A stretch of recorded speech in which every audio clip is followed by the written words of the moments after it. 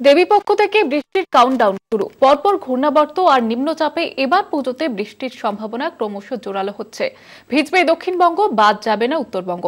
27শে September পঞ্চমী থেকে 29শে September সপ্তমী পর্যন্ত রাজ্যের সব জেলায় হালকা থেকে মাঝারি বৃষ্টি। বর্ষা এখনো বিদায় নেয়নি। এবছর পুজো অন্যান্য বছরের তুলনায় আগে হচ্ছে, ফলে বর্ষার মধ্যেই পুজো চলবে। কম বেশি বৃষ্টি যে হবে তা আগেই আন্দাজ করা গিয়েছিল।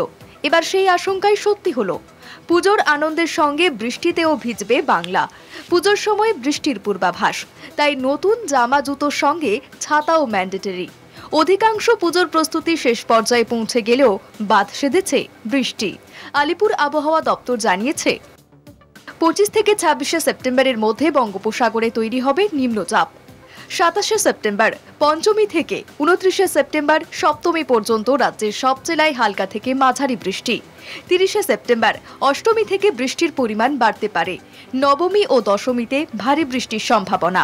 23শে সেপ্টেম্বর পূর্ব মেদিনীপুর, পশ্চিম মেদিনীপুর এবং দক্ষিণ 24 পরগনায় ভারী বৃষ্টি।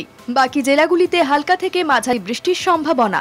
26 থেকে 29শে সেপ্টেম্বর দক্ষিণবঙ্গের সব জায়গাতেই বিক্ষিপ্ত বৃষ্টি। উপকূল ঘেঁষা জেলাগুলিতে ভারী বৃষ্টি হতে পারে।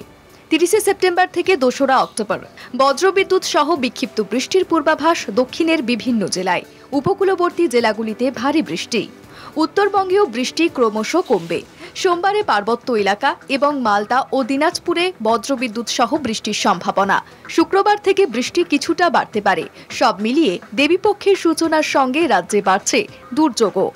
কলকাতা টিভি।